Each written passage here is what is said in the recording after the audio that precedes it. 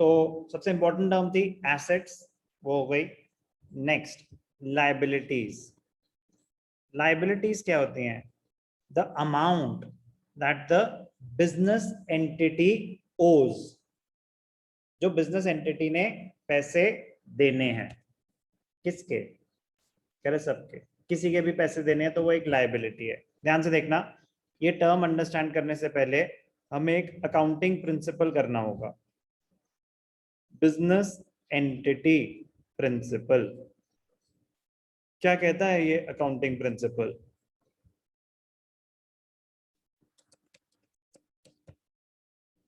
According to this principal,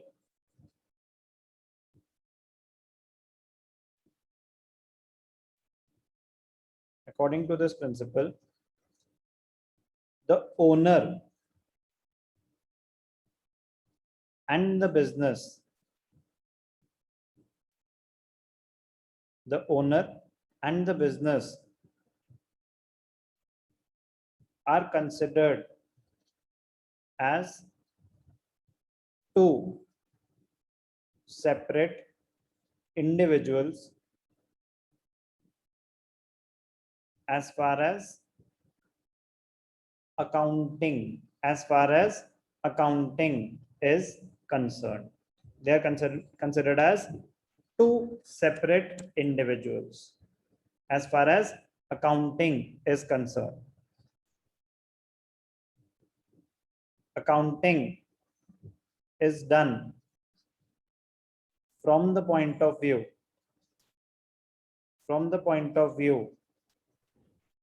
of the business. Accounting is done from the point of view of the business and not the owner. क्या मतलब? मुकेश अंबानी और Reliance company का नाम है मुकेश अंबानी,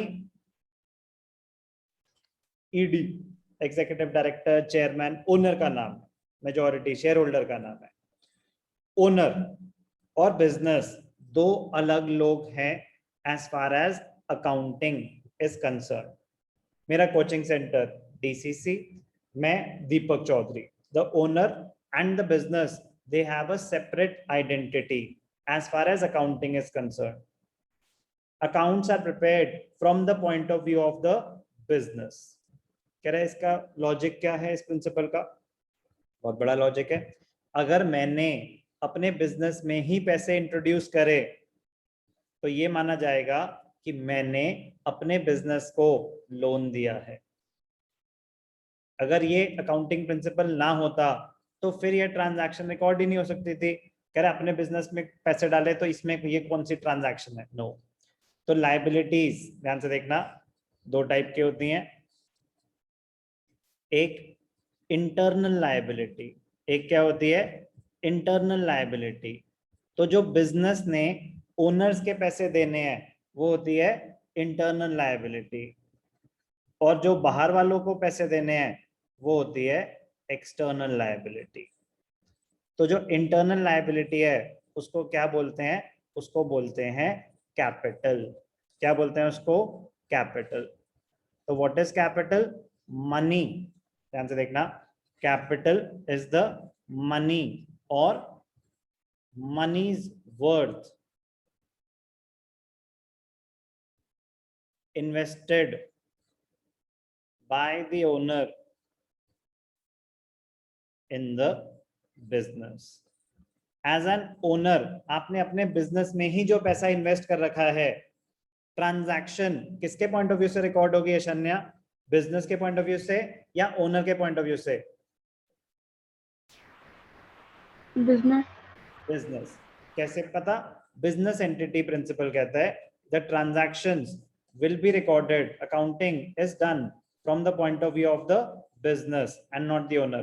तो business के पॉइंट ऑफ व्यू से अगर हम ट्रांजैक्शन रिकॉर्ड करेंगे तो ओनर ने अपने ही बिजनेस में पैसे डाले तो ये माना जाएगा कि ओनर ने बिजनेस को लोन दिया है। वो इंटरनल लायबिलिटी है या एक्सटर्नल? बिजनेस के पॉइंट ऑफ व्यू से इंटरनल है या external? internal liability. So capital is treated as a liability of the business but an internal liability.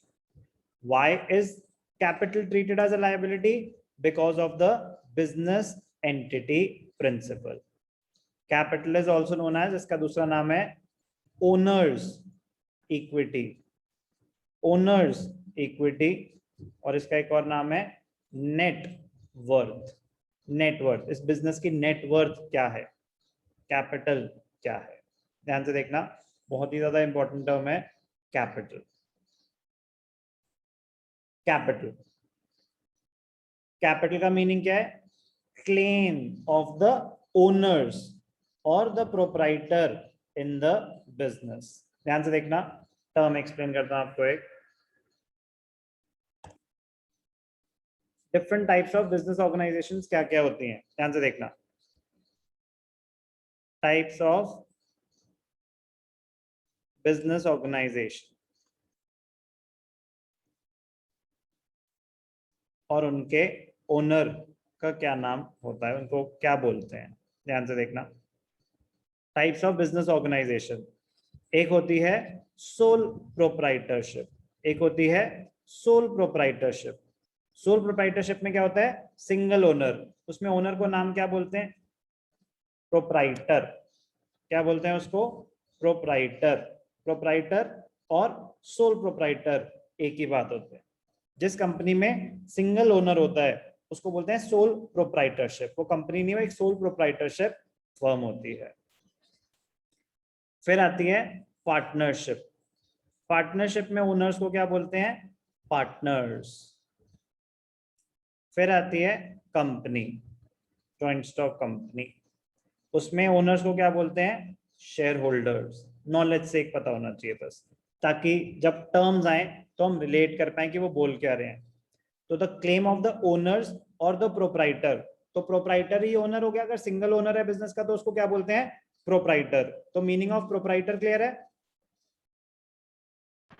Yes, sir. Capital.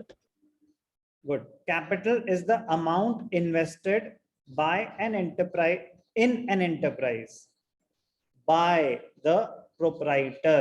अगर प्रोप्राइटरशिप है तो प्रोप्राइटर, पार्टनरशिप है तो पार्टनर्स, शेयर होल्डर अगर कंपनीज हैं तो. It may be in the form of money और assets having a monetary value. तो capital may be introduced in cash और इन काइंड. बिजनेस स्टार्ट करना था, मैं बिजनेस में 5 लाख रुपए कैश इंट्रोड्यूस करा और अपने घर से 4 लैपटॉप लेके आ गया, तो वो भी तो इन्वेस्टमेंट इन द बिजनेस ही है. अगर मैं लैपटॉप ना लाता तो उन पैसों से मुझे पहले लैपटॉप्स खरीदने पड़ते. यस और नो? Yes, sir. तो ये लाइन है, the capital may be in the form of money और assets having a monetary value. आप अपनी गाड़ी बिजनेस में यूज कर रहे हो, आप प्रॉपर्टी बिजनेस में इंट्रोड्यूस कर रहे हो, तो कैपिटल में बी इंट्रोड्यूस्ड इन कैश और इन द फॉर्म ऑफ एसेट्स. ये बात क्लियर है? Yes, sir. In the case of companies, contributors of capital are many and they are known as shareholders. तो आपको बता देना, सोल प्रोप्राइटरशिप में, प्रोप्राइटरशिप में ओनर कौन होता है? प्रोप्राइटर. पार्टनरशिप में ओनर कौन होता है? पार्टनर्स. कंपनीज के केस में ओनर्स कौन होते हैं? Share holders. ये बहुत ही इंपॉर्टेंट पॉइंट है, डिस्कस किया था, इस पे अलग से क्वेश्चन आ सकता है. It is a liability of the firm, business entity, towards the proprietor or the partner. So capital is the liability of the firm towards its owners. It is so because, question आता ना, why it is considered as a liability? Because under the business entity concept or business entity principle, the business is separate and a distinct entity from its owners. So owner or business, they have a separate entity, separate identity. Transactions are recorded in the books from the point of view of the business and not the owner. Capital is also known as owner's equity or net worth. वो आगे जाके हम सीखेंगे. It is always equal to liabilities, ये वो assets less liabilities, वो equation पे मैं आऊंगा. अभी मैंने आपको कैपिटल का मीनिंग समझाया, capital is an internal liability. Capital का मीनिंग अच्छे से क्लियर है? कोई भी डाउट? Yes sir. ओके, अब ध्यान से देखना, तो ये क्या है, एक्सटर्नल लायबिलिटी क्या होती है? बाकी सारी लायबिलिटीज एक्सटर्नल है। तो अगर मैंने कैपिटल का सेपरेट हेड खोला है और लायबिलिटीज का सेपरेट हेड खोला है, तो मैं लायबिलिटीज में किन की बात कर रहा हूं? एक्सटर्नल लायबिलिटीज, जो मैंने बाहर वालों के पैसे देने हैं। Now external liabilities can be further सब डिवाइडेड इनटू टू पार्ट्स। एक होती है नॉन करेंट लायबिलिटीज और एक होती हैं current liabilities. Non current liabilities, liabilities non current, जैसे हमने नॉन करेंट एसेट देखा था, नॉन करेंट एसेट होते हैं जो हमें लॉन्ग टर्म बेनिफिट दे रहे हैं, करेंट एसेट होते हैं जो हमें शॉर्ट टर्म बेनिफिट दे रहे हैं। यहाँ तो लायबिलिटी है सर, यहाँ कोई बेनिफिट थोड़ी ना, यहाँ तो आपने पेमेंट करनी है। तो बेटा अगर पेमेंट करने के लिए आपके पास 1 साल से कम का टाइम है, लायबिलिटी आपको 1 साल के अंदर अंदर क्लियर करनी है, तो वो क्या हो गई आपकी current liability, to be cleared within 1 year, to be paid within 1 year, to be cleared within 1 year, एक ही बात है। Non current liabilities can be paid in more than 1 year. मेरी कोई लायबिलिटी है, उस liability को पे करने के लिए मेरे पास बस 1 साल का ही टाइम है, 1 साल के अंदर अंदर मुझे क्लियर करनी है, तो वो क्या मानी जाएगी? मेरी करंट लायबिलिटी।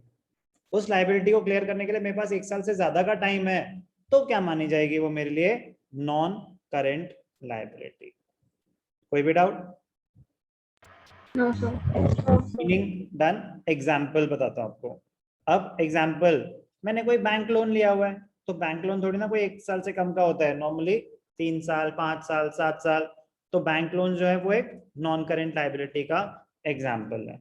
अनलेस मैं बोलूं कि शॉर्ट टर्म लोन, तो हो सकते हैं short term loan, emergency loan, 3 months loan, 6 month loan, तो मैंने स्पेसिफाई करा ना फिर शॉर्ट टर्म लोन। अगर मैं सिर्फ लिख रहा हूँ बैंक लोन, तो it will always be a non current liability. एक और एग्जाम्पल होता है डिबेंचर्स। ये डिबेंचर्स क्या होते हैं, ध्यान से देखना।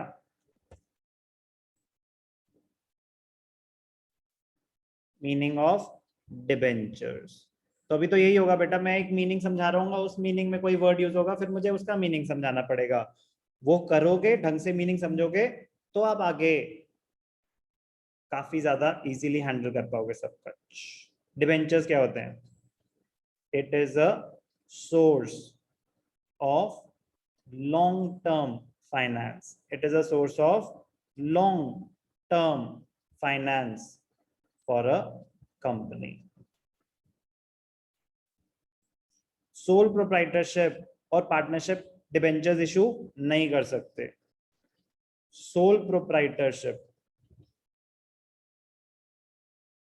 और अ पार्टनरशिप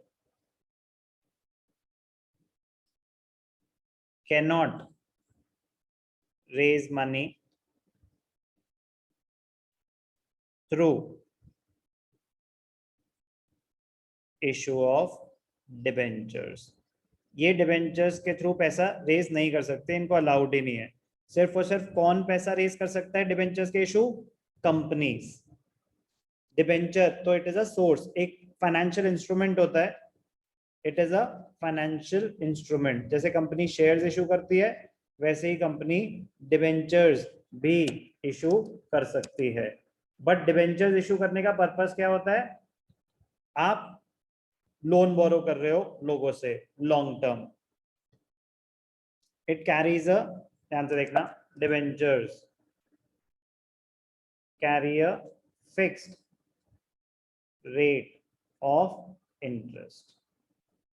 तो एक तरह से लोन ही होता है कंपनी के लिए। क्या है? लोन, लॉन्ग टर्म लोन है, बट सिर्फ और सिर्फ कंपनीज के पास ये परमिशन है कि वो डिबेंचर्स इशू करके पैसे रेज कर सकते हैं। रिटन एक्नॉलेजमेंट ऑफ डेट होता है, कागज पे साइन करके कि हाँ मैं आपसे 10 लाख का लोन ले रहा हूँ, 10% रेट ऑफ इंटरेस्ट है, 5 साल तक मैं आपको इंटरेस्ट दूंगा, उसके बाद आपके पैसे वापस दूंगा। तो एक लोन लेने का तरीका, तो लॉन्ग टर्म लोन्स होते हैं। क्या होते हैं? Long term loans. ध्यान से देखना क्या बता रहा था मैं आपको, नॉन करेंट लाइबिलिटीज का example, non current liabilities which can be paid in more than 1 year. तो बैंक लोन एक एग्जांपल गया और डिबेंचर्स एक एग्जांपल गया। इंपॉर्टेंट है टर्म, इसीलिए आपको एक्सप्लेन करी डिटेल में। करंट लाइबिलिटीज जो पैसा आपको 1 साल के अंदर अंदर देना है। क्रेडिटर्स जैसे थे डेटर्स, जिनको आपने क्रेडिट पे सामान बेचा था। क्रेडिटर्स कौन है, जिनसे आपने क्रेडिट पे सामान खरीदा है। तो ध्यान से देखना, अब हमने पैसे देने हैं उनके, तो पीपल और business entity to whom we owe money, people or the business entity to whom we owe money। किस बात के पैसे देने हैं, on account of credit purchases, on account of credit purchases।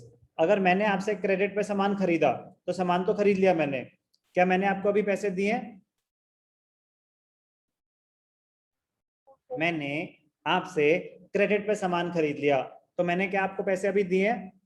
No sir. अभी नहीं दिए, बट क्या मुझे देने हैं? Yes sir. Yes, sir. तो मेरे लिए लायबिलिटी है, amount that we owe to people. 1 साल के अंदर अंदर देनी है, 1 साल से ज्यादा का टाइम है? सर 1 साल के अंदर। कुछ पेंशन नहीं आता तो सामान खरीद रहे हैं तो 1 साल के अंदर अंदर देनी है। तो क्रेडिटर्स एक करंट लायबिलिटी का एग्जाम्पल होते हैं।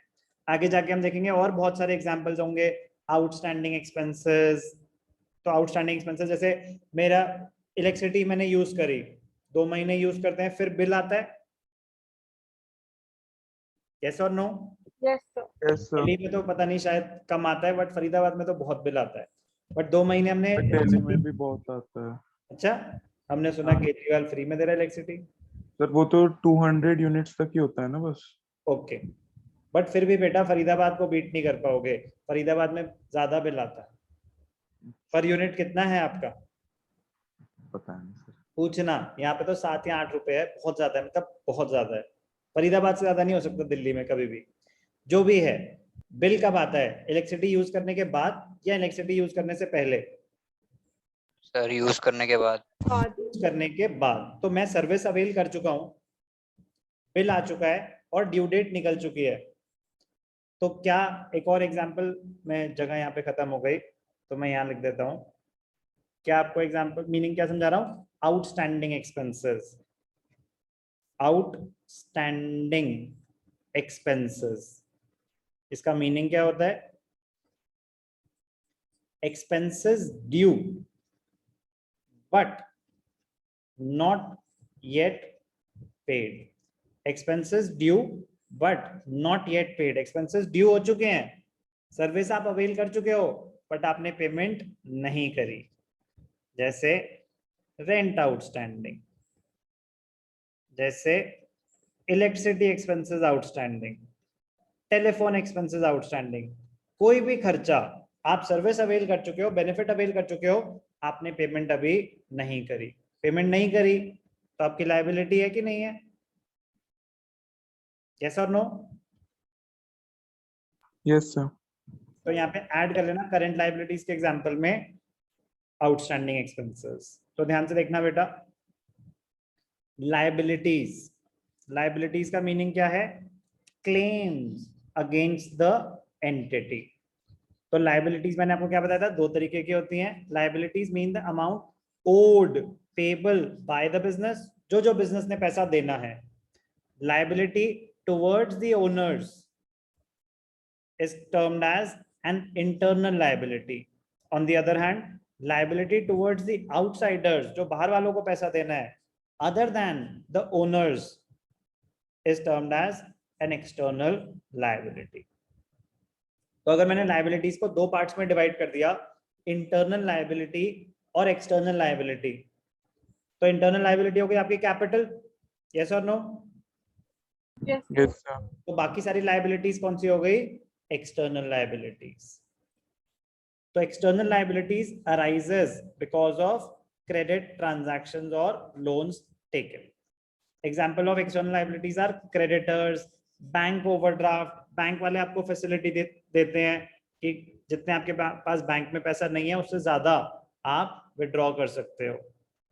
चलो ध्यान से देखना, बता ही देता हूं मैं कि ये बैंक ओवरड्राफ्ट क्या होता है। अब यही होगा कि जैसी कोई टर्म आएगी उसका मीनिंग हमने समझा तो हम एक बेटर पोजीशन में रहेंगे। Bank overdraft, it is a facility offered by the bank in which we are able to withdraw, in which we are able to withdraw more than what we, more than our bank balance. Example, bank balance was ₹1 lakh. अगर आपका bank balance 1 lakh है, मान लेते हैं आपके पास bank overdraft facility नहीं है, वेदांश आपका बैंक बैलेंस है 1 लाख, अगर आपने किसी को पेमेंट कर दी, चेक काट दिया 1,25,000 का, तो क्या वो क्लियर हो जाएगा? नो सर, बाउंस हो जाएगा। तो चेक बाउंस हो जाएगा। ये बात सबको समझ आती है कि अगर आपके अकाउंट में 1 लाख है, आपने 1,01,000 का भी चेक इशू कर दिया ना, सिंगल चेक, तो वो चेक क्लियर नहीं होगा, वो बाउंस हो जाएगा। ऐसा नहीं होता कि अच्छा चलो 1 लाख तो दे दो इसको, 1,000 रुपए बाद में दे देंगे, ऐसा नहीं होता। ये बात क्लियर है? Yes. सबको पता है कि चेक क्लियर नहीं होगा अगर आपने चेक का अमाउंट जो है वो अवेलेबल बैलेंस से ज्यादा है। क्लियर है ये? Yes, sir. Yes, sir. तो अगर बैंक बैलेंस आपका था 1 lakh rupees, we issued a check of ₹1,25,000.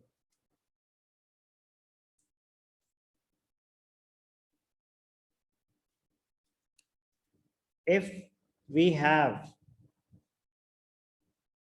an overdraft facility in our account, if we have an overdraft facility in our account, the check will get cleared, the check will get cleared, and there will be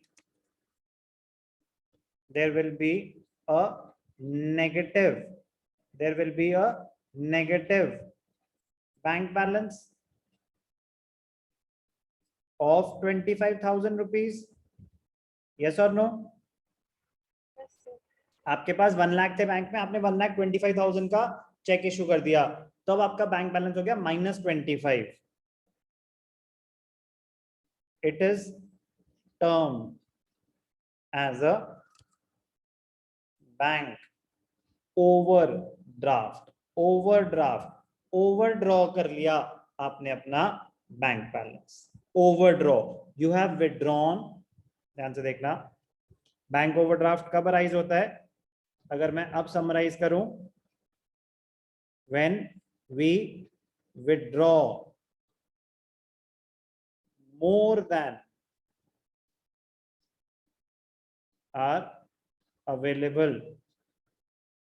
bank balance, जितने आपके पास bank में थे उससे ज्यादा आपने withdraw कर लिए, ये फैसिलिटी होगी तो ही विड्रॉ कर पाओगे, अदरवाइज ऑप्शन ही नहीं होता। लेकिन मैं कह रहा हूं कि आप विड्रॉ कर लिए, तो ये जो नेगेटिव बैंक बैलेंस आया, इसका मतलब क्या है कि आपने बैंक को 25,000 रुपीज देने हैं, यस और नो? Yes, sir. तो 1 साल से ज्यादा का टाइम है वो देने का, या 1 साल के अंदर अंदर क्लियर करने हैं? Depends on that. पर नॉर्मली 1 साल के अंदर अंदर क्लियर करने होते हैं। तो आगे जाके सीखेंगे it is a current liability. But ये बात समझ आई कि बैंक ओवरड्राफ्ट का मीनिंग क्या है और why is it a liability? Yes, sir. Okay. Yes, sir. Non current liability, non current liability, liabilities payable after 12 months. आप 1 साल से ज्यादा का टाइम है आपके पास देने के लिए, कोई जल्दी नहीं है।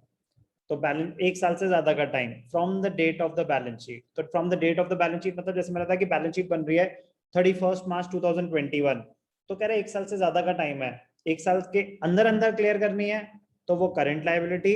अगर उसको देने के लिए 1 साल से ज्यादा का टाइम है तो वो non current liability. Non current liability is that liability which is payable after a period of more than 12 months. Payable, आपके पास टाइम है कि आप उसको 1 साल से ज्यादा में दे सकते हैं, मर्जी है, जल्दी पैसे आपके पास सरप्लस फंड्स हैं, आप देके खत्म करो, अपनी इंटरेस्ट सेविंग करो। बट आपके पास 1 साल से ज्यादा का टाइम है, तो आप उसको कहाँ कैटेगराइज करके दिखाओगे? नॉन करंट लायबिलिटीज में। एग्जाम्पल्स आपको पहले बता दिए हैं, long term loans and debentures. वो तो अज्यूम करते हैं कि जैसे आपको सब कुछ पता ही होगा, यहाँ पे कहीं पे आपको कहीं डिबेंचर्स का मीनिंग नहीं मिलेगा। ऐसे बहुत सारी टर्म्स आएंगे जो आपको मीनिंग नहीं मिलेगा। कुछ चीजें जो हम डिस्कस करते करते आ रहे हैं, तो आप मेरे से पूछ लेना, अपने एंड पे आता है तो प्लीज उसको मीनिंग को अंडरस्टैंड करने की कोशिश करना, गूगल करना, मुझसे पूछना, डिस्कशन करना, बट मीनिंग क्लियर होगा तो ही आगे हमें अच्छे से समझ आएगा। Okay, Yes, sir. प्लीज ध्यान रखना है। तो जो जो टर्म्स हम करते जा रहे हैं उनकी अंडरस्टैंडिंग क्लियर होनी चाहिए। तो फर्स्ट स्टेप होता है अंडरस्टैंडिंग क्लियर होना, छूटते ही नहीं कि याद कर लिया आंख बंद करके, नो, फर्स्ट अंडरस्टैंड कि वो कहना क्या चाहते हैं, उसका टर्म का लॉजिक क्या है, फिर यस उसकी एग्जैक्ट डेफिनेशन हमें बताओगे तो बेटर रहेगा। Current liabilities, liabilities which are payable within 12 months from the date of balance sheet. Current liability is that liability which is payable within 12 months from the end of the accounting period. Examples of current liability are creditors, bills payable, short-term loans. Bills payable pending term है, creditors मैं आपको करा चुका हूँ, bills receivable, bills payable उस पर मैं पूरी आपको एक कहानी सुनाऊंगा, ऐसे हवा में समझ आएगा नहीं। अभी आपके लिए creditors, creditors कौन होते हैं शान्या? So to whom we owe money. To whom we owe money because of credit purchases. हमने उनसे क्रेडिट पे कुछ सामान लिया हुआ है। Okay, yes Yes, sir. sir. 3 terms कराई मैंने आपको, एसेट्स, लायबिलिटीज और कैपिटल। तीनों टर्म्स क्लियर है? Yes sir. Yes, sir. Assets something which we own, long term benefit देगा तो non current asset, short term benefit देगा तो करंट एसेट। उसमें हमने सीखा टैंजिबल एसेट्स क्या होते हैं, इंटैंजिबल एसेट्स क्या होते हैं। फिर हमने सीखा लायबिलिटीज 2 टाइप की होती है, इंटरनल लायबिलिटी और एक्सटर्नल लायबिलिटी। अब वो था थियोरेटिकल, आगे जाके हम सीखेंगे जब क्लासिफिकेशन हो रही है ना, तो कैपिटल की अगर मैं अलग क्लासिफिकेशन कर रहा हूं, तो फिर अगर लायबिलिटीज की अलग क्लासिफिकेशन हो रही है तो ये कौन सी लायबिलिटीज बची?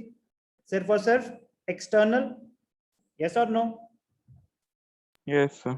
अगर मैंने इंटरनल लायबिलिटी कैपिटल की सेपरेट क्लासिफिकेशन कर दी, तो जो बच गई लायबिलिटीज वो तो सारी की सारी क्या है? External liabilities. अब ध्यान से देखना, अकाउंटिंग इक्वेशन कहती है assets is equal to liabilities plus capital. ये क्या है आपकी अकाउंटिंग इक्वेशन?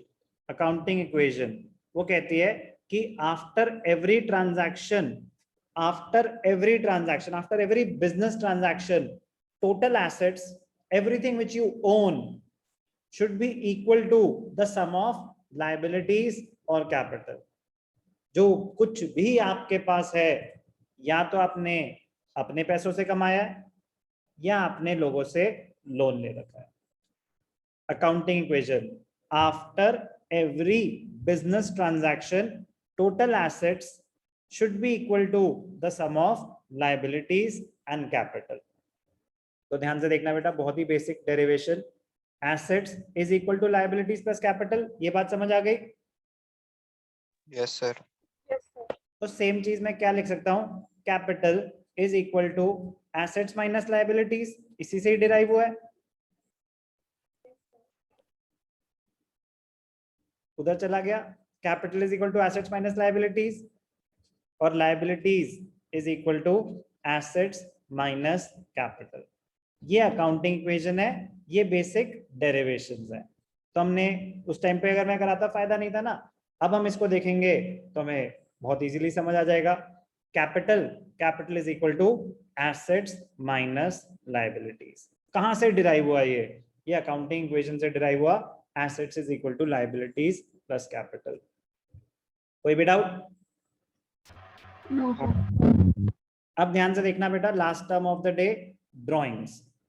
एक टर्म पूछी थी किसी ने, शायद वेदांश ने पूछी थी कि सर अगर ओनर ने अपने बिजनेस के लिए कुछ खरीदा तो उसको क्या क्या अगर उसने अपने घर के लिए गाड़ी खरीदी तो उसको कैसे दिखाएंगे। तो उसके लिए एक अलग से टर्म है, ड्राइंग्स। कैपिटल क्या थी? जो ओनर ने बिजनेस में पैसे इंट्रोड्यूस करे। यस और नो? Yes sir. ओनर ने जो बिजनेस में मनी और मनीज वर्थ कैश इंट्रोड्यूस करी या कुछ एसेट्स इंट्रोड्यूस करे, वो थे कैपिटल। अब मेरा बिजनेस है, मेरी अपनी शॉप है, मैंने उसमें से कुछ कैश विड्रॉ कर लिया, अपना घर ले गया, तो बिजनेस का तो कैश बैलेंस कम हो जाएगा। यस और नो? Yes sir. तो अगर मैं वो ट्रांजैक्शन ही रिकॉर्ड ना करूं तो क्या मेरे अकाउंट्स क्लियर होंगे? उसमें कुछ गलती हो सकती है? यस सर, हो सकती है। बिल्कुल हो सकती है। मेरी अपनी स्टेशनरी शॉप थी, मैं घर जा रहा था तो घर से फोन आया कि वापस आते आते 5 पेन लेते आना। तो मैंने अपनी मेरी शॉप थी, 5 पेन उठाए और घर ले गया। अगर मैं वो ट्रांजैक्शन अकाउंट्स में ना दिखाऊं तो मेरा जो स्टॉक है वो ठीक आ रहा होगा क्या? नहीं आएगा। तो प्रॉफिट और लॉस सही आ रहा होगा क्या? नहीं। तो कह रहे हैं कि ओनर भी अगर अपने बिजनेस से कुछ विड्रॉ कर रहा है तो उसकी प्रॉपर अकाउंटिंग होनी चाहिए, अदरवाइज आपका जो प्रॉफिट और लॉस है वो करेक्ट नहीं आएगा। सोल प्रोप्राइटरशिप में डाउट आता है कि क्या जरूरत है, सिंगल ओनर है। पार्टनरशिप में तो मल्टीपल लोग हैं, 4 ओनर्स हैं, तो ये चीजें तो बहुत ही ज्यादा इंपॉर्टेंट है, किसने कितनी ड्राइंग्स करी, किसने कितनी कैपिटल करी। मैं तो कह रहा हूँ सोल प्रोप्राइटरशिप में भी, सिंगल ओनर में भी अगर आप करेक्ट प्रॉफिट निकालना चाहते हो तो आपको ड्राइंग्स दिखानी चाहिए। ड्राइंग्स का मीनिंग क्या होता है? मनी, अमाउंट और गुड्स और एसेट्स। मैं फर्नीचर उठा के ले गया अपने घर, करेक्ट, कुछ भी अगर आप बिजनेस से निकाल रहे हो अपने पर्सनल यूज के लिए, ओनर जो निकाल रहा है वो उसको ड्राइंग्स कहते हैं। अमाउंट मतलब मनी, गुड्स मतलब जिसमें आप डील करते थे वो सामान ही घर ले गए, एसेट्स कुछ पड़े थे घर ले गए। It is the amount withdrawn or goods taken by the proprietor or the partner for personal use. Goods so taken by the proprietor or the partner are valued at their purchase cost. अब ध्यान से देखना, मेरी stationery की दुकान थी, अब मैं स्टेशनरी पेन खरीदा था 10 रुपए का, मैं मार्केट में बेचने वाला था 15 रुपए का। मैंने 10 रुपए का खरीदा था और सेलिंग प्राइस इसका 15 था। अगर मैं उसको घर ले गया तो वो ट्रांजैक्शन 10 रुपए पे दिखानी चाहिए या 15 रुपए पे? ये बात हो रही है। सर 10 नहीं 15। मार्केट में बेच रहा हूँ या 10 ओनर घर ले जा रहा है? 10। तो लेकिन अगर हम 10 डालेंगे तो फिर प्रॉफिट तो सही आएगा ही नहीं। तो बेटा आप बेच रहे हो क्या अपने आप को? मतलब बेच नहीं रहे हैं अपने आप को, लेकिन हाँ, आपने 10 रुपए का सामान खरीदा था तो बुक्स में दिखा रखा था कि आपका 10 रुपए का खर्चा हुआ। तो अगर वो 10 रुपए, अब वो सामान घर ले गए तो वो 10 रुपए का खर्चा रिवर्स करो, उसको अपना पर्सनल एक्सपेंस मानो, तो ही करेक्ट अकाउंटिंग होगी। हाँ। जो सामान आप अपने पास ले गए वो प्रॉफिट थोड़ी ना मान लोगे कि ये मैंने अपने आप को बेच दिया, फिर तो आपकी दुकान बेटा बहुत ही प्रॉफिट में चलेगी, अपने आप को बेच देना सारा सामान। सर लेकिन फिर जब हम लोग अपने रजिस्टर में लिखेंगे कि हमने आज मतलब हम कस्टमर को बेच रहे हैं अगर 15 रुपीज का पेन, हमने 5 बेचे, और फिर हम लिखेंगे कि हमने 10 रुपीज का अपने आप को मतलब लिखा कि सेल्फ के लिए, तो फिर क्या हुआ, फॉर एग्जाम्पल आपने अपने ऑफिस शॉप के लिए 100 पेन खरीदे, 100 पेन खरीदे, हाँ 95 मार्केट में बेच दिए, हाँ 5 आप घर ले गए, तो अगर वो 5 नहीं दिखाते तो आपने सेल्स दिखाई सिर्फ 95 की हाँ और परचेजेस दिखाई 100 की, तो हाँ बाकी 5 कहाँ गए? तो जब हम ड्राइंग्स दिखा रहे हैं तो जो आपने 100 परचेज करे थे, तो अगर आपने कुछ ड्राइंग्स कर ली तो परचेजेस में से उनको एडजस्ट कर दो। वो ये कह रहे हैं परचेजेस ही उसमें से काट दो, ये सोचो कि बिजनेस के लिए परचेज ही 95 हुए थे, अच्छा ठीक तो है वो कह रहा है परचेज में से एडजस्ट करो, इसीलिए परचेज प्राइस, ठीक सेलिंग है प्राइस पे नहीं। ठीक है ठीक है म्यूट कर लो। Drawings reduce the investment of the owner. आपने अपने बिजनेस में 10 लाख रुपए इन्वेस्ट करे, उसमें से अगर 1 लाख रुपए बिजनेस में से विड्रॉ कर लिए तो आपकी कैपिटल थी 10, कह रहे हैं उसमें से माइनस कर दिया जाएगा, अब आपकी कैपिटल सिर्फ 9 lakhs रह जाएगी। तो ड्राइंग्स, जितनी आप ड्राइंग्स करोगे, it reduces the investment of the owners. ये बात क्लियर है? Yes, yes sir. Drawings by the proprietor, it is debited credit का मतलब नहीं है, it is shown in a separate account called drawings account। Debit item होता है, liabilities का क्रेडिट आइटम होता है कैपिटल। बट मैं कह रहा हूँ rules of debit and credit एक पूरा एक चैप्टर है, तो वो जब करेंगे तो ये सब चीजें बहुत छोटी रह जाएंगी। अभी हमें टर्म के मीनिंग पे फोकस करना है।